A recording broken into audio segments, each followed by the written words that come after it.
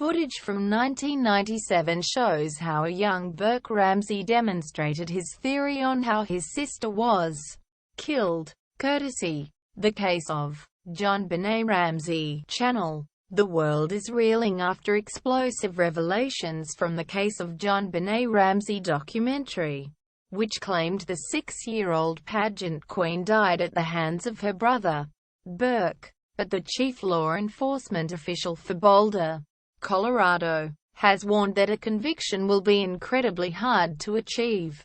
District Attorney Stanley Garrett has inherited a curse. JonBenet's brutal killing has weighed heavily on our collective consciousness for 20 years this Christmas.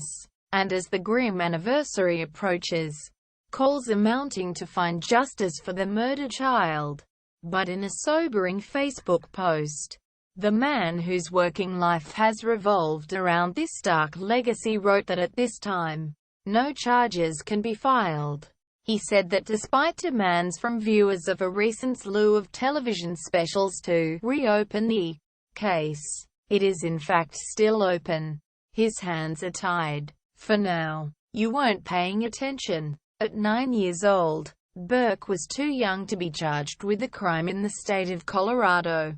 Most frustratingly for those involved, a grand jury voted in 1998 to indict both John and Patsy Ramsey on charges of child abuse, resulting in her death on Christmas night in 1996. But then District Attorney Alex Hunter refused to sign the indictment, believing he could not prove the case beyond a reasonable doubt. Mr. Garrett explained on Facebook last night, "The statute of limitations ran on those charges long before I was sworn into office in January 2009, thus barring completely the possibility of filing them. As I have always said, I will file charges if there is admissible evidence available to support a charge for which the statute of limitations has not run against an identifiable person. There is no such evidence currently, regardless of whatever theory is postulated on TV, and hence no charges can be filed." Quote, the much-maligned Mr. Hunter left office in 2001 after 28 years in the job. His tenure was followed by that of Mary Lacey, who in 2008 completely exonerated the Ramseys of any wrongdoing based on a lack of DNA evidence, going as far as to write them a public apology. Last night's documentary cast serious doubt on the validity of this decision, with expert Dr. Henry Lee saying the unidentified male DNA found in JonBenet's underwear was of a type that could come from the clothes manufacturer. It appears Mr. Garrett thinks little of his predecessors, writing in his Facebook post that Alex Hunter served many terms is because the voters weren't paying attention. Mary Lacey was his replacement and she exonerated the Ramseys.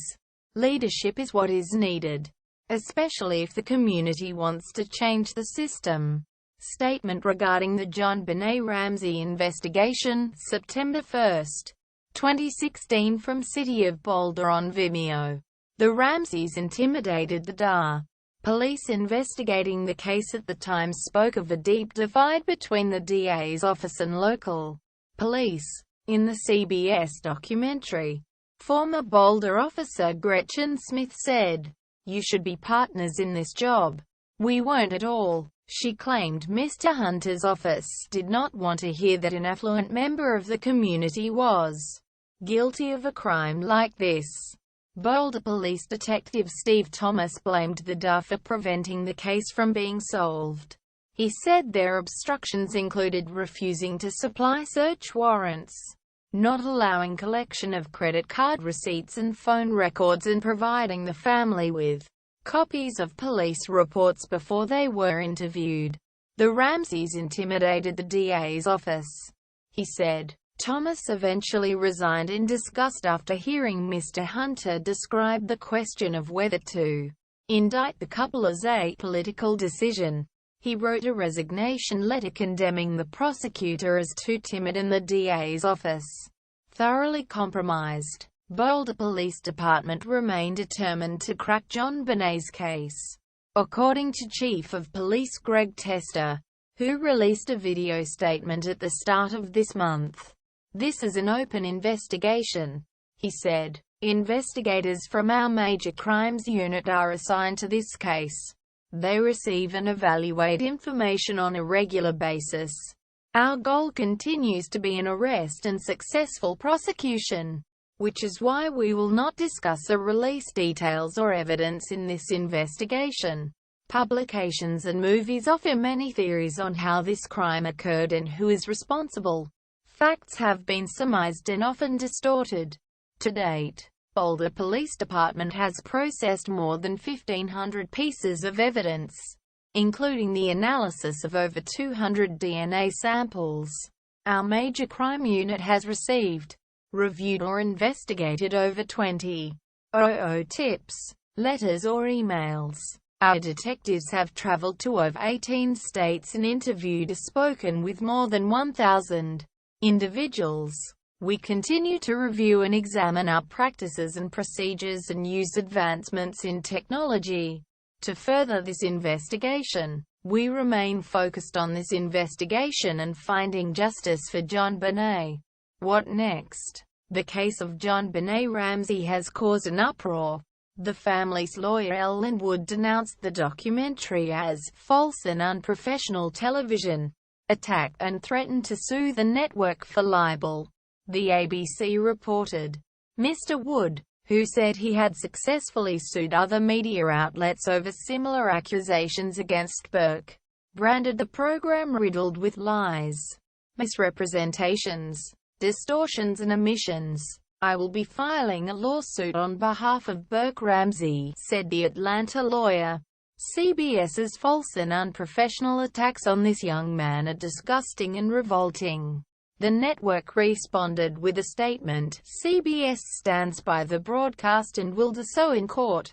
The criminal defense lawyer who represented Lindy Chamberlain also slammed the documentary, labeling the series offensive and a travesty. There will be more drama to come, with further documentaries scheduled to run in the lead-up to Christmas, including telemovie Who Killed JonBenet, airing in the U.S. in November. The experts who worked on this week's documentary suggested they would like to see further DNA testing conducted on other objects present at the crime scene, including the torch they claim Burke used to hit his sister over the head and kill her. Both the police and the Ramseys claimed they had never seen the torch, although it was described as similar to a gift given to the family by Mr. Ramsey's eldest son from his first marriage. DNA on the garrote placed around JonBenet's neck and the ransom note "Some still suspect" was written by Mrs. Ramsey could also be looked at again. The experts recommended. They say both were part of an elaborate cover-up. Although the murdered child's mother provided 5 handwriting samples at the time without a definite conclusion being reached. As long as technology continues to develop, and with the possibility someone who knows something could still come forward, there is still a sliver of hope for JonBenet Ramsey. Emma.Reynolds at news.com.a